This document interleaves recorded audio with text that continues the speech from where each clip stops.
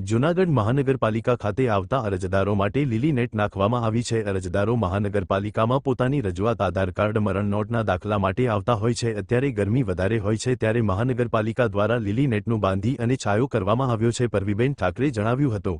અહેવાલ સંજય પોપટ।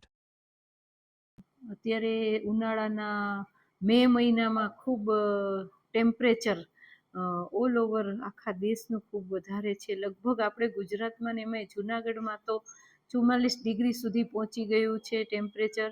ત્યારે આટલી ગરમીમાં અરજદારો છે એ આધાર કાર્ડના કામ માટે કે ટેક્સ ભરવા માટે કે કોઈને કોઈ કામ માટે કોર્પોરેશને આવતા હોય છે, ત્યારે નીચે જે પાર્કિંગનો એરિયા છે ત્યાં આગળ એક અરજદારોને રાહત મળી રહે એટલા માટે ઉપર એક ગ્રીન નેટ છે એ અમે મૂકી છે, જેથી કરીને એ તડકામાંથી જ્યારે આવે ત્યારે આ ગ્રીન નેટવાળા એરિયામાં એને થોડીક ઠંડક અને રાહત મળે એટલા માટે મહાનગરપાલિકા દ્વારા એક સ્તુત્ય પ્રયાસ છે એ કરવામાં આવ્યો છે, લોકોને ગરમીમાં રાહત મળે એટલા માટે।